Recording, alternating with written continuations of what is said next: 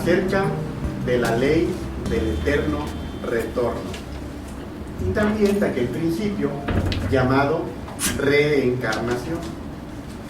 Estos dos principios han sido confundidos por las diferentes escuelas espiritualistas.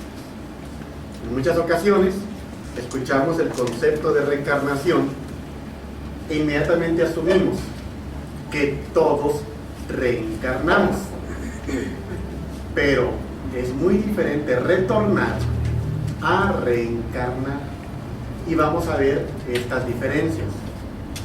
Todo retorna en la naturaleza y en el cosmos. Observamos a los planetas volviendo al punto de partida en su viaje alrededor del Sol. Vemos al electrón volviendo al punto de partida en torno al núcleo central. Nuestra misma sangre vuelve al punto de partida original. Las estaciones, primavera, verano, otoño e invierno. Por lo tanto, existe una ley llamada, repito, la ley del eterno retorno, que está plasmada en la naturaleza y el cosmos, y que también nos engloba a todos nosotros. Llegamos a este plano de la existencia y al desencarnar o fallecer, volvemos a ser absorbidos por el mundo espiritual del cual procedemos. Pero algo sucede, que no nos quedamos en dichas regiones, sino que somos posteriormente expulsados al mundo material. Es decir, retornamos. Reencarnación es algo completamente diferente. Así, hablando de retorno, no puede permanecer en el absoluto, en lo eterno e inmutable, lo impuro y lo imperfecto. Y es el motivo por el cual nosotros no podemos quedarnos permanentemente en las regiones superiores y volvemos a este plano para, si seguimos el corazón, encontrar la vía de iluminación, de perfección, que nos permita dignamente permanecer en aquellas regiones divinas donde moran los ángeles, arcángeles, serafines, tronos y potestades. Y de acuerdo al trabajo de esa iniciada o iniciado, imitar a Dios y absorberse en Él en la gran noche cósmica del universo. Así, cuando nosotros nos aperturamos a la perspectiva espiritual de quiénes somos, por qué estamos aquí y cuál es nuestra misión en la vida, comenzamos a considerar aquellos hechos y eventos que nos señalan que el mundo no es solamente una serie de circunstancias azarosas, sino que hay una inteligencia divina que todo lo mueve. Por ejemplo, en el caso de luto, ya sea familiar, una amistad, etc., las personas, todos, nos reservamos un tipo de experiencia espiritual dentro del luto que no compartimos con los demás. Tenemos cierta pena de compartir experiencias extrasensoriales o en el mundo onírico que nos señala que aquel ser continúa existiendo en un plano diferente. Pero ¿qué hacemos nosotros? ¿Por qué nos mueve a callar? Cuando es algo tan natural, cuando es algo tan normal, pero la sociedad nos ha impuesto que ese tipo de fenómenos no se platican, no se comentan. ¿Qué nos sucede realmente cuando morimos? ¿Qué fenómenos hay detrás de dicho proceso? Que más que nada es un nuevo renacimiento. 3 aspectos del difunto van al sepulcro. Uno de ellos es el cuerpo físico. Digo, para quien no es cremado, ¿verdad? El cuerpo físico. Otro aspecto, el cuerpo vital o etérico.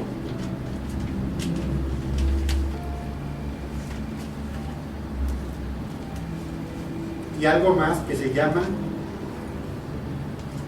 personalidad. Si ustedes observan, no he escrito nada relacionado con el alma. La personalidad es un molde energético que se ha formado con la actividad psíquica del individuo en el plano tridimensional y que se alimenta a través del ojo, todo lo que hemos aprendido. Es decir, ¿quiénes éramos antes de ser llamados por este nombre? ¿Qué lenguaje hablábamos antes de que se nos instruyera el español? ¿Cuál es nuestra verdadera nacionalidad? ¿Comprenden? Eso es parte de la programación que recibimos. Pero como alma, somos algo diferente. Así, la personalidad es moldeada y nos sentimos miembros de un país. Aceptamos que existen fronteras y que si cruzo ese río, pues ya rompió una ley. Cuando todos somos hijos de la misma madre natura, cuando todos somos hermanos a los ojos de Dios, inclusive con las humanidades de otros mundos. Es la falsa programación del mundo tridimensional la que nos divide y segmenta, y peleamos por cuál es el verdadero nombre de Dios. Estamos tratando de definir la misma sustancia todos. Así, el hombre, esclavo de los procesos del intelecto y la forma en que percibe la realidad, crea una energía llamada personalidad, y la personalidad solamente puede reconocer aquello que ha llegado a ella a través de los 5 sentidos. ¿Y qué es lo desconocido? Dios. Hay por allí una ciencia llamada metafísica que nos señala, meta es más allá. ¿De qué? De los 5 sentidos. Eso es lo intangible. Y Dios es lo desconocido para todos nosotros. Yo en ocasiones comento a las personas, bueno, si usted defiende tanto una religión, tanta pasión, si dice que estamos mal porque no estamos en su religión, ¿por qué ustedes sufren cuando alguien muere? ¿Acaso no es la mejor manera de acercarse a Dios? ¿Qué sucede aquí entonces? ¿Dónde está la verdadera fe? La personalidad no sabe de ello. La personalidad es aquello que anda en estudios churubusco y que hace travesuras y dicen que es Pedro Infante. ¿Me van entendiendo? Sí. Lo que llamamos fantasmas es la personalidad. El cuerpo físico penetra a la tumba.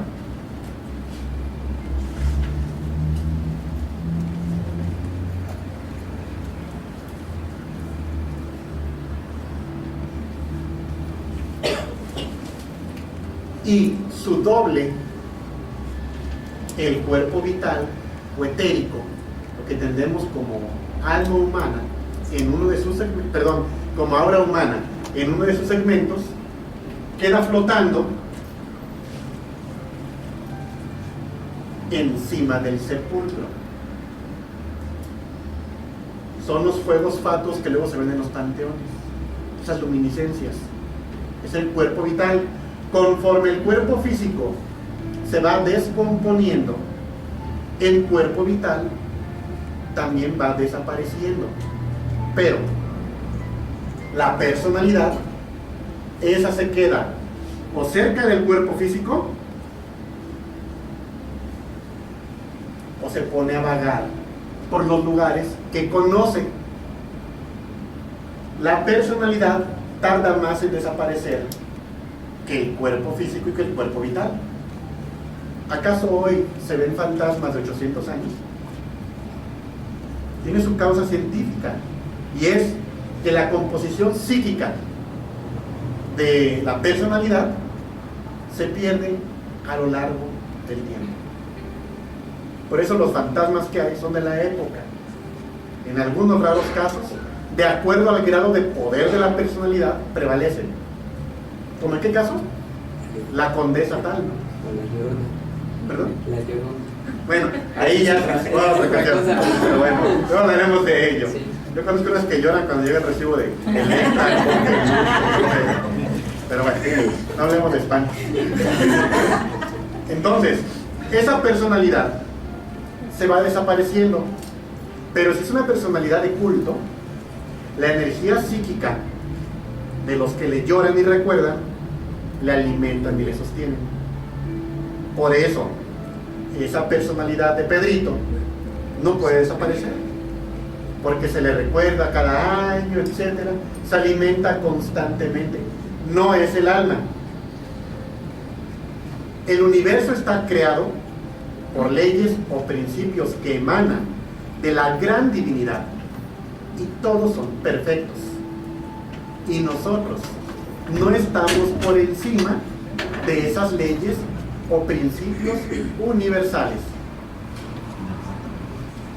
Nos sometemos a ellas porque hay un orden jerárquico. A mí me sorprende mucho cuando veo publicidad, ¿no? De que te damos un curso de ángeles y los ángeles van a llegar a ti. ¿Y por qué? Si son seres superiores, trabajan por amor, por caridad, y te pueden asistir si la ley lo permite, porque la ley es ley y la ley se cumple. Por ello es que hay que tener humildad para pedir a la divinidad lo que más necesitamos. No es algo en automático, que te den un diploma, no sé, registros akáshicos, etcétera, y que eso te faculte espontáneamente, porque eso no se puede comprar y no se puede vender, pero se puede conquistar en base al trabajo sobre nuestra propia alma o conciencia. Así, repito, el cuerpo físico va a dar a la tumba, se descompone, el cuerpo vital a la par que el cuerpo físico, y la personalidad queda deambulando. Pero los valores internos de este ser, sus valores negativos y los positivos, se trasladan a otras regiones. El problema es que nuestra alma o conciencia está imperfecta. Tenemos violencia, tenemos pereza, orgullo, envidia, etcétera, etcétera. Y eso, como ponzoña del alma, impide que nuestra conciencia pueda permanecer allá arriba, en esas regiones, para siempre. No es posible debido a su imperfección. Nos retienen el resto de los valores que son negativos. Y entonces nos convertimos en esclavos, por así decirlo, en esclavos de karma. Lo que bíblicamente se conoce como ley del némesis. Ojo por ojo, diente por diente. Y vemos tantos casos en la vida tristes. Niños que nacen ciegos, con cáncer, personas bondadosas que pues no pueden salir adelante. Tantos dramas que no entendemos porque los vemos solamente de forma tridimensional y no completamos el panorama de que es una consecuencia nuestra existencia actual y las circunstancias que le rodean, de forma individual y de forma colectiva. De esta manera, esos valores de la conciencia humana pues no pueden permanecer eternamente en dichas regiones y nuevamente son expulsados hacia acá abajo. Claro que esto podría hacer tronar a los espiritualistas, ¿no? Pero estamos hablando de bases filosóficas reales. El proceso de muerte es muy interesante, ya que está regido por la ley divina. Recuerden que ese reino de los cielos tiene muchos departamentos o muchas áreas, y el proceso de muerte es regido por la ley del karma a través de los ángeles de la muerte. Estos ángeles de la muerte son los que se encargan de separar esa alma o esencia de entre el cuerpo físico para presentarla ante la ley divina, y en base a su deber y haber con el mundo físico, sus futuros compromisos existenciales son plasmados para el próximo tapete de existencia que le toca vivir, para su próximo retorno. Yo recuerdo una experiencia muy particular en la cual asistimos a una persona que estaba ya en agonía con una terapia de Reiki para que pudiera soltarse, para que pudiera abandonar el cuerpo. Cuando estábamos en dicho trabajo con esta persona, pues vimos por allí a un ser muy alto, llegaba casi al techo, su estatura, portaba una espada y la tenía con la punta hacia abajo. Estaba cerca de la cama. El pobre hombre tenía días sin poder morir, aunque ya estaba para irse, no lo lograba, ni tampoco quedaba inconsciente, que eso hubiera sido de mucha felicidad para su familia, pero el hombre tenía un cuerpo ya inservible para existir, pero él consciente. Entonces ya llevaba casi un mes cuando fuimos nosotros y no podía partir el Señor. Lo asistimos, contemplamos eso y supimos que por ley no podía irse aún. Entonces percibimos algo por allí y le comentábamos a un doliente. Su padre practicó un conocimiento especial y sagrado, ¿verdad? Y me dijo esta persona, sí, él iba a tales lugares, nos llevaba de niños, nos daba clases en la casa, a mí, a mis hermanos, a mi mamá. Digo, si eran de tal cosa, sí. Incluso tengo los cuadernos, los leo como si fuera un libro y eso me orienta a mí en la vida. Digo, mira, por eso le están dando a él una gran oportunidad. Lamento que no haya continuado sus estudios y que no haya progresado más. Eso lo lamento. Pero por eso ganó una misericordia de la divinidad, que es que a través de una agonía penosa está purificando su rostro antes de presentarse ante la divinidad. Muchos quisiéramos una partida espontánea, pero a veces ese proceso, esa pasión particular de quien está en tal situación, también es una purificación. Ahí es donde uno se da cuenta que uno no comprende los misterios divinos. ¿Por qué, Dios mío? ¿Por qué? Solo el Padre sabe. Ya de allí, bueno, pues le comenté que unos 5 o 8 días para que falleciera todavía, por caridad de la divinidad. Y sí, efectivamente, al 4º día fallece. Nos hablan y bueno, nos piden que fuéramos padrinos de cruz de la persona. Pues fuimos. Entonces, ya estando allá, pues tuvimos algunas percepciones que gustosamente le platicamos a su familia para que estuviera en paz. Al momento de estarle comentando eso y de que ellos pues deberían de imitar a su padre y buscar también el conocimiento, pues una nave cósmica se plasmó ahí. Ahí llegó. Ahí la vimos los que estábamos ahí en ese momento. La contemplamos. Y les dije a sus hijos, el camino está ahí. Y ustedes son para ese camino. Pero es triste que el ser humano, sabiendo que existe algo más, se entretiene mejor con hacer más dinero, tener una casa o otra casa, etcétera, etcétera, metas materiales, y posponemos la parte interior. Cuando podemos progresar mucho, si nos proponemos, despertar nuestra conciencia.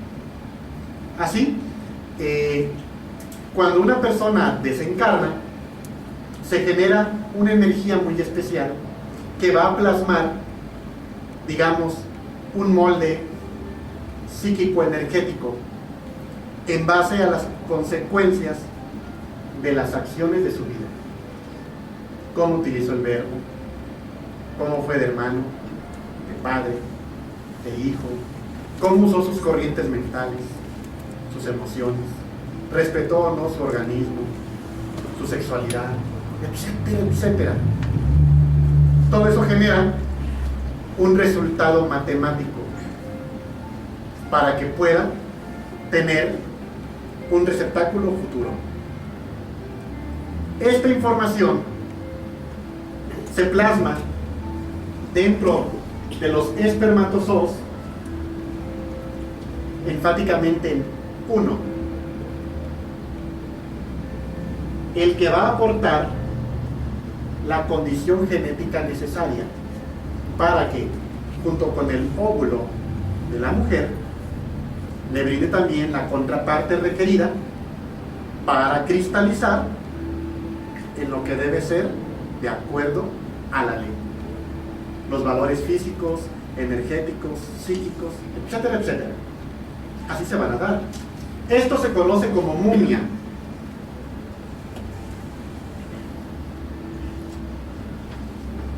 Y encierra los valores espirituales de ese individuo.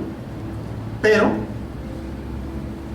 normalmente el ser humano acompaña este acto de millones de células sexuales, pero es solamente una la que tiene, es la que tiene el poder para penetrar en el óvulo y fecundarle. Dice la ciencia, es que no sabemos cómo es que este espermatozoo llega allá, ya que es un espacio vasto de múltiples direcciones. Se sospecha que puede ser un rastro químico que siga el espermatozoo para llegar a la fecundación. Se piensa, bueno, ¿cómo queremos adaptar la vida a la mente? Los ángeles de la vida son los que conectan el espermatozoo que posee esa mumia con el óvulo. Antes de la época lemúrica, así era la reproducción humana, a través de una técnica llamada Kriya Shakti, en la cual se unían las parejas bajo el orden divino y sublimaban su energía para que solamente una célula sexual hiciera ese proceso maravilloso de engendrar la vida. Y eran fechas especiales. De allí viene el recordatorio de las lunas de miel. Ese origen de la palabra luna de miel viene de aquellas épocas de la antigua Arcadia. Así, el hombre y la mujer, a lo largo de sus existencias, pues han ido apartando de esos principios cósmicos y universales. Entonces, eso que entendemos nosotros como alma o esencia, pero que lleva una contraparte que es el ego, los pecados capitales, se va a reincorporar en ese nuevo cuerpo durante la primera inhalación. Antes de ello, esa esencia está cerca. Por eso es de que la mujer se toma ultrasonidos y salen muchas cosas alrededor del bebé.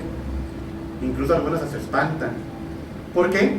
Porque son los valores negativos de la vida anterior, llamados desesperación, coraje, odio, depresión, todo eso que ha opacado la felicidad a la cual tenemos derecho.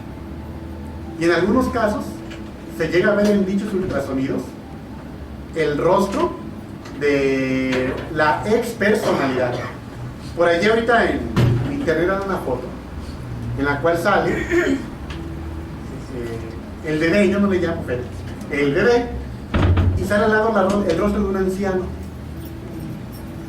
Luego un ultrasonido de cuarta dimensión le llaman, más reciente, y sale ese rostro.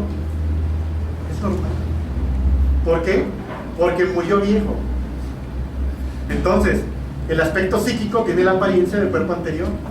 Una vez que se fusiona a través de la primera inhalación, entonces ya el campo vital va moldeando el aspecto psíquico, y se va haciendo imagen y semejanza.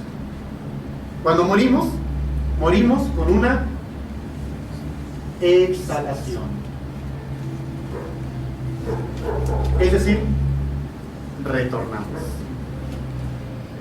La ley del eterno retorno rige el cosmos, la naturaleza y al hombre mismo. Existen muchos principios divinales que así se manifiestan, pero nosotros, por un desconocimiento de tipo voluntario, nos hemos alejado de la sabiduría divina. ¿Por qué nos referimos a que el alma es imperfecta?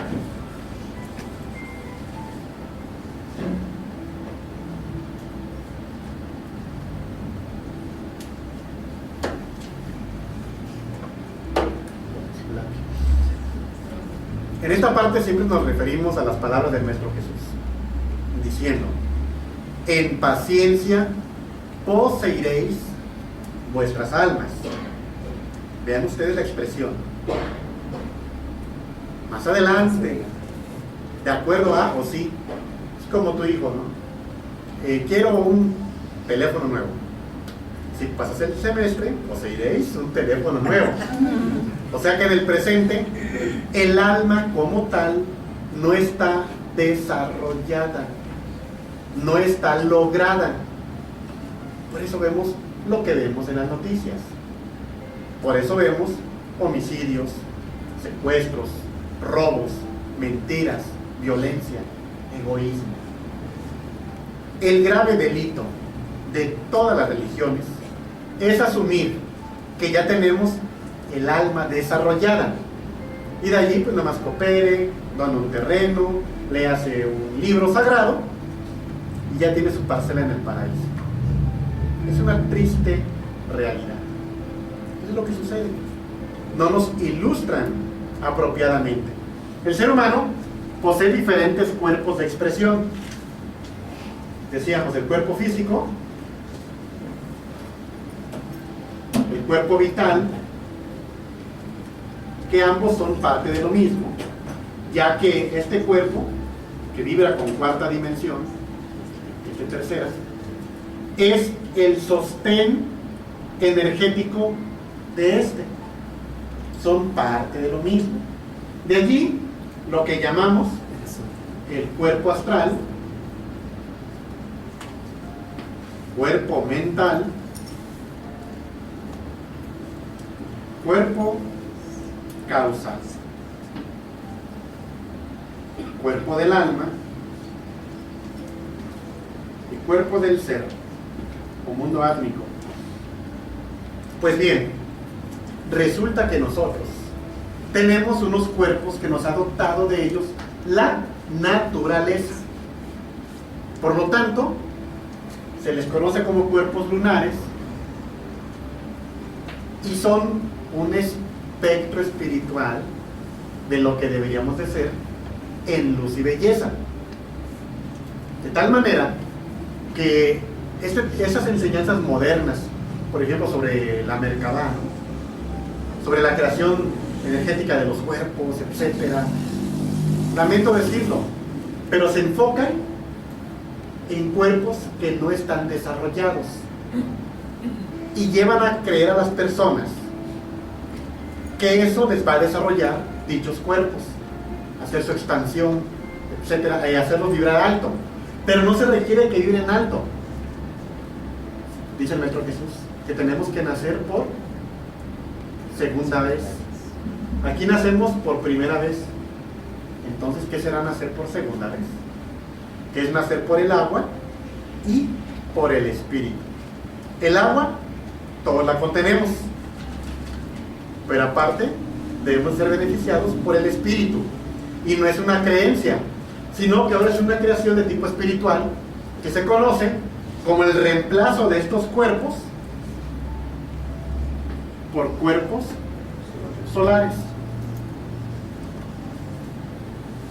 Por ello, en la parábola bíblica se habla acerca de aquel rey que iba a tener una fiesta de bodas, ¿no? Y que manda a invitar a ricos y a pobres a su evento, ya que en un principio la gente de poder había matado a sus criados, ¿no? Sus siervos. Entonces digo, bueno, pues pobres y ricos que vengan a este convite. Y esa parábola es semejante a la entrada al reino de los cielos. Entonces llegan los pobres, los humildes. Llega uno de ellos y dice, este no trae traje de bodas. Atadlo y echadlo fuera. Se invitó pobres, ¿por qué no aceptó a uno que no tenía para los trajes de bodas? Porque es una parábola. El traje de bodas es el traje del alma. Cada uno de estos cuerpos es una vestidura en las dimensiones superiores. Eso es lo que se debe de crear.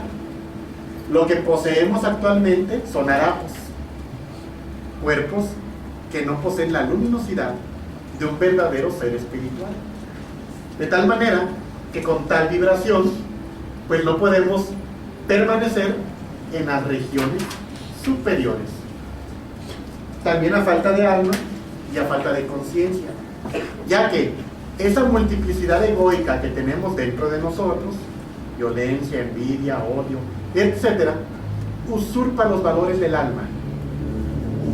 Entonces, véanse a sí mismos en las regiones superiores, ¿verdad? Podríamos vivir en paz permanentemente, con todo el ruido que hay en nuestra mente y en nuestro corazón. Se hace muy difícil. Lamentablemente estamos muy mecanizados, muy desconectados de la divinidad. No es culpa del cuerpo, es la forma en que está integrada nuestra psiquis, nuestra alma o esencia. Entonces, llegado a este punto del tema, vale la pena señalar que reencarnar es un derecho, pero el ser humano con la conciencia dormida solo retorna. La reencarnación es un derecho para aquellos grandes iniciados que han recreado en sí mismos las leyes y principios que han creado el universo y que contienen la misma divinidad. Es decir, han realizado la gran obra de imitar a Dios dentro de sí mismos en todas sus regiones dimensionales internas, íntimas, que se conoce esotéricamente como la creación del templo. Ese templo de Salomón, del que se habla en esoterismo, es el templo humano. En este templo debería de habitar la divinidad. ¿Pero qué mora en este templo? Imperfecciones. El Maestro Jesús decía que él podía tirar el templo y levantarlo al tercer día, porque ese 3 es una clave que tiene que ver con formar al Hijo del Hombre. Que es lo que les iba a comentar, que la creación de esas vestiduras internas, esa liberación de la conciencia de lo que llamamos pecado en su totalidad, no mediante un arrepentimiento, sino la creación de alma. Ese es el Hijo del Hombre. Al hijo de Eva ya lo conocemos, pero el Hijo del Hombre es una creación del varón y de la varona, pero es de tipo espiritual, porque es mezcla de agua y espíritu, y son los cuerpos internos solares. Por eso vemos nosotros que en las diferentes culturas el sol y el oro tienen una gran importancia. Los más elevados iniciados mayas se les colocan ojos de sol, representando que eran 2 veces nacidos, o sea, que habían logrado la otra gran creación.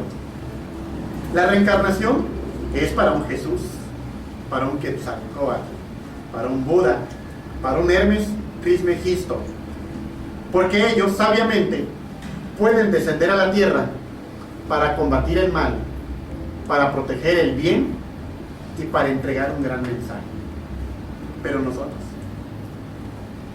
si nosotros pudiéramos decidir quién y dónde nacer, pues ya me dirían a mí Julián Trump, ¿verdad? Mínimo. Nadie nacería en África. ¿Para qué? Menos donde hay hambruna, donde se encuentra el SIDA como una epidemia, donde hay guerra. Tampoco nacería en Palestina. Ya no nacerían niños en los hogares pobres. Pero lamentablemente la desviación del conocimiento espiritual nos otorga una potestad que no es posible, porque no somos nosotros superiores a la ley ni a la divinidad. Nos toca nacer en el lugar correspondiente de acuerdo a la ley divina. En base a ello, llegamos a cada familia con tal nacionalidad, en tal época y bajo tal circunstancia. Y se nos encarga que busquemos la luz y la sabiduría. ¿Pero qué hacemos? Se nos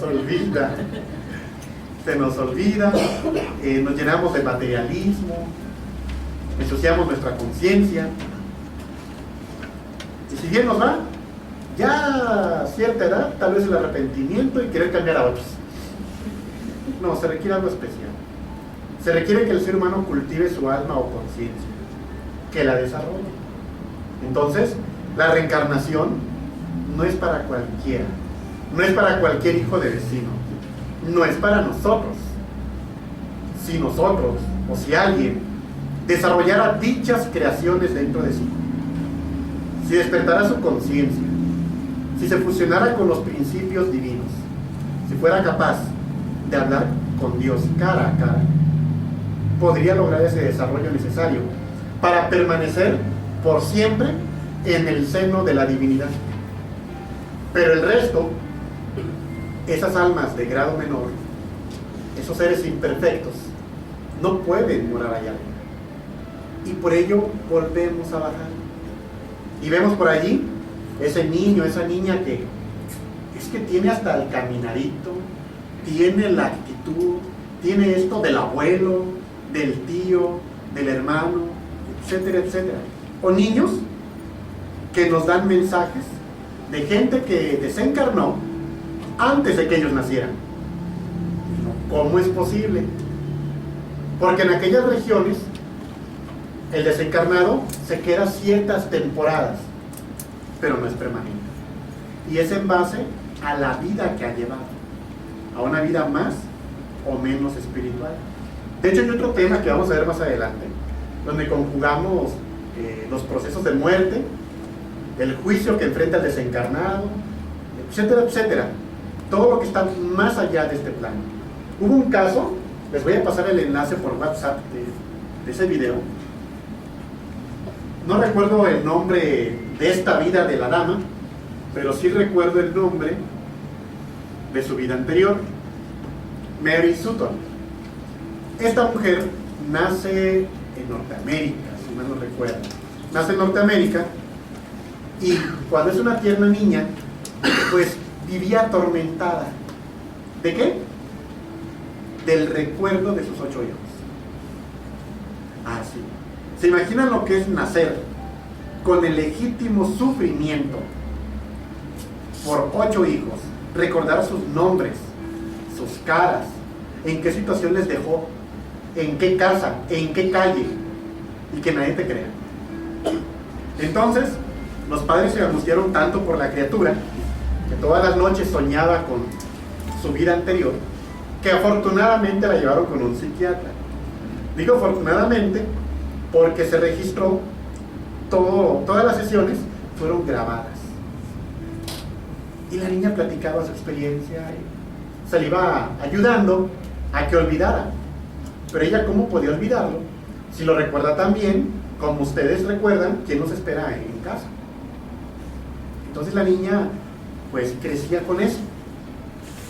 De repente comenzó a dibujar, por la preocupación de ver a sus hijos, la calle del pueblo en el cual vivían.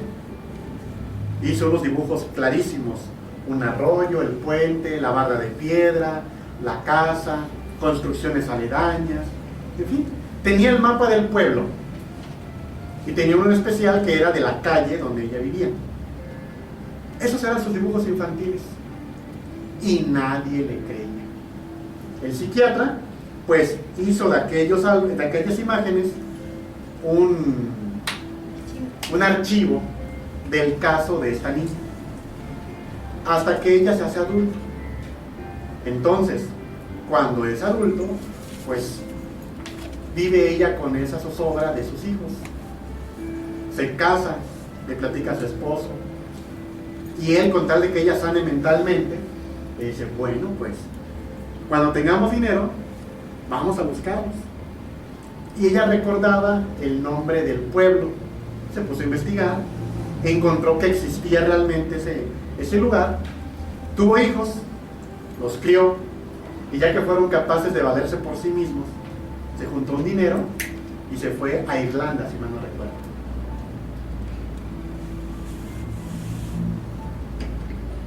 Para esto, pues ya con su archivo, armó toda la información que necesitaba, llegó a aquella ciudad y pidió referencias acerca de ese río. Una vez visto el río, encontró el camino a casa. Ya la casa estaba derruida. En aquella casa, ella recordaba haber visto dos cuadros ovalados, uno de un militar y otro de una mujer cargando un bebé. Entonces, ella ubica la casa y pregunta quién vivió ahí, hasta que le dan el nombre, que vivió una mujer de nombre Mary Sutton. Pero ella se preocupó por los hijos, estuvo investigando hasta que le dieron acceso a los archivos del registro civil de ese lugar, ya que el esposo había muerto durante la Segunda Guerra Mundial, si mal no recuerdo. Había fallecido y los 8 hijos fueron recibidos por el gobierno y fueron adoptados. Y la mayoría de ellos fueron a dar a otros lugares del mundo. Así que ella, ya con esa información, pues se inquieta y se pone a rastrearlos. Uno de esos hijos, el hijo mayor, tenía ya 88 años de edad. Ella tenía 39. Entonces, ella consigue el número telefónico de este hijo, le marca, la comunica, y pues ella con la pena, pues, ¿sabes qué? Disculpe, no me va a creer, no me cuelgue, pero fulano, soy tu madre. ¿Cómo va a ser? Y ella le describió a todos sus hermanos el interior de la casa, sus actividades cotidianas, todos aquellos detalles que solamente ellos podían saber. Comenta aquel hombre en su testimonio que su hija le dijo, papá, ¿qué te pasa? No me lo vas a creer, estoy hablando con mi mamá. Entonces comienza ella a darle esos testimonios, el hombre lo asimila y ella logra lo que él no había podido hacer. Ella encontró a los 8 hijos regados en el mundo hasta que logró reunirlos. Entonces se reúnen todos. Bueno, imagínense la escena, ¿verdad? El hijo mayor de 88, la mamá de 39, entre ellos no se habían visto en décadas. Todos comprueban a través de lo que ella relata que el testimonio es real. Las pruebas existen. Desde niña iba al psicólogo y menciona a esta mujer que experimentó una paz enorme porque creó, dice ella, que ese era el propósito de su vida: saber que estaban bien y reunirlos por algún motivo de la divinidad. Ese es un caso que ha conmocionado la psiquiatría a nivel internacional, porque como se llevó un registro desde la infancia, que al final se comprobó, rompe y echa por tierra todo lo que el escepticismo puede decir, ¿no? Busquen esto, el caso de Mary Sutton. El video, el enlace se los voy a pasar por WhatsApp, a los que tengan, ¿no? Está muy resumido, pero es muy interesante lo que sucede ahí. Nosotros somos una consecuencia. Alguien que fuimos nosotros mismos produjo nuestras actuales circunstancias más allá del tiempo y del espacio. Y nosotros estamos predeterminando nuestro futuro. Esa es la ley del eterno retorno. Entonces, ¿cuál sería la aspiración de un alma que sabe que retorna? Reencarnar. No retornar más, porque el retorno es sufrimiento. Aquí tenemos que enfrentar la enfermedad, el dolor, la vejez, la muerte. La reencarnación es para seres solares, seres superiores. Y ellos sí eligen dónde, cuándo y cómo, para servir ellos al Padre, como un avatar, como un mensajero, que viene con una gran misión para la humanidad. Así, esperamos que el tema haya sido lo suficientemente claro para que pongamos en orden nuestros conceptos espirituales, porque las verdades son pocas, por no decir una, son pocas, pero hay mucha confusión, y la confusión nos priva de tener el marco conceptual completo para poder hacer y saber elegir. En cambio, el conocimiento da poder, y entonces no creo que nadie se conforme con lo que sabe, ¿verdad? Creo que todos queremos saber un poco más. Ahora sí quedo para servirles. ¿Alguna pregunta? A la orden. Tomata. Bueno, sobre yo sí me rompiste una creencia. Alguna vez escuché, leí o no sé, que nosotros elegimos dónde nacer y con quién, nuestros padres, hermanos, circunstancias, país, todo lo demás de acuerdo a nuestros karmas, pero entonces realmente no somos nosotros quienes elegimos, sino lo que hicimos. Pero como tal también es parecido, ¿no? O sea, si ya hicimos algo, eso determina por nosotros mismos dónde vamos a volver a retornar. Somos un producto, o mejor dicho, el subproducto de un producto que, al no poseer un libre albedrío auténtico, sí, porque tristemente, no quiero agraviar a nadie, pero vas a algún grupo de metafísica, pero que no es una metafísica superior. No, pues tú decreta.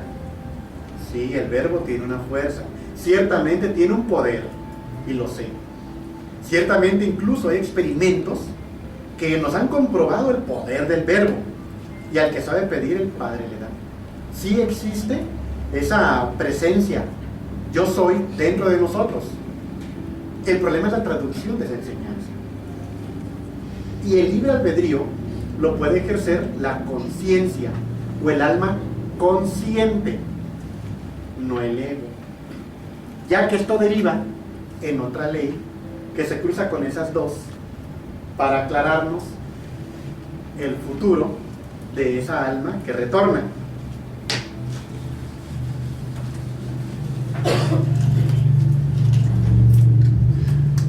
Que se conoce como la ley de recurrencia. Entonces, no estamos diciendo que la metafísica está mal, no, está correctísima. El maestro Saint Germain está en lo correcto. Hemos traducido mal, eso es a lo que me refiero. Nosotros somos los que nos hemos equivocado. La ley de recurrencia determina que todo lo que ha sucedido vuelve a ocurrir, más sus consecuencias, buenas o malas, lo cual significa que volveremos a estar aquí reunidos, volveremos a estar enseñando, pero no se trata de que se repita, se trata de que se rompa la recurrencia por parte de aquellos que se liberen de la rueda del samsara. ¿Se ha escuchado el término, verdad? La rueda de la vida, que nos dice que el alma humana vuelve al plano físico 108 veces. Y dentro de ese drama de existencias, pues sufre, porque no conoce a Dios. Recuerden que los primeros cristianos creían en el retorno, al grado de que le preguntaban a Jesús si él era Elías. que había regresado. Sí se creía en ello, en volver. De hecho, se habla de volver a la vida. Y todo el mundo cree que se va a levantar pues, el esqueletito. No es así. No es de esa manera. Entonces, esta rueda del samsara te liga al sufrimiento y al dolor. Y la ley de recurrencia se encarga de que cada pequeño detalle se repita.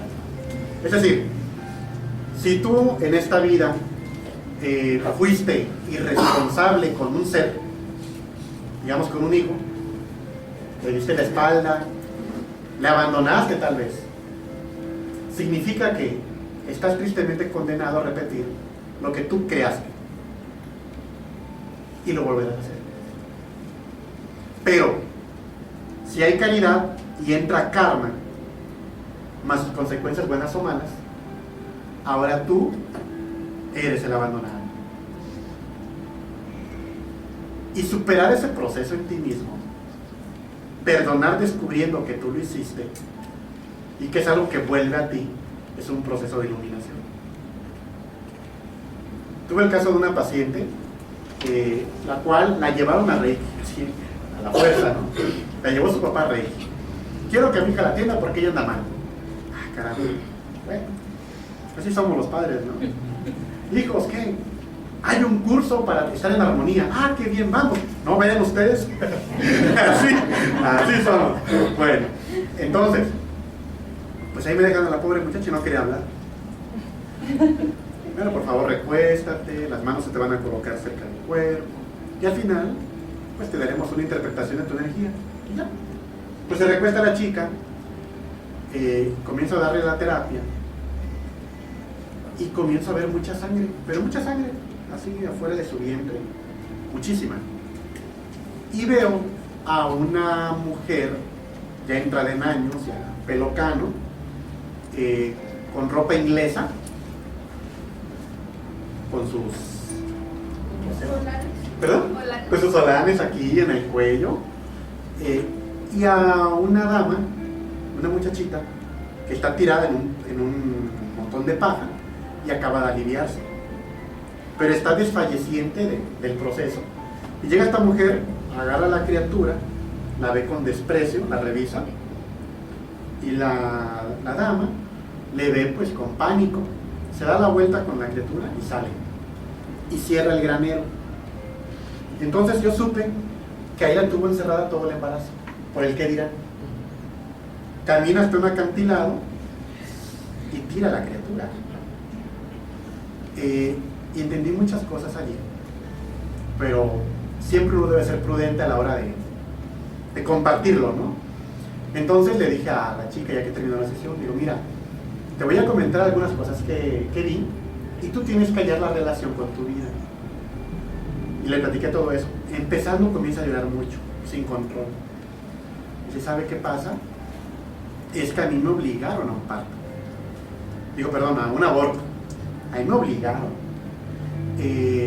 Yo tengo una madre que es tan dominante que mi papá le tiene miedo.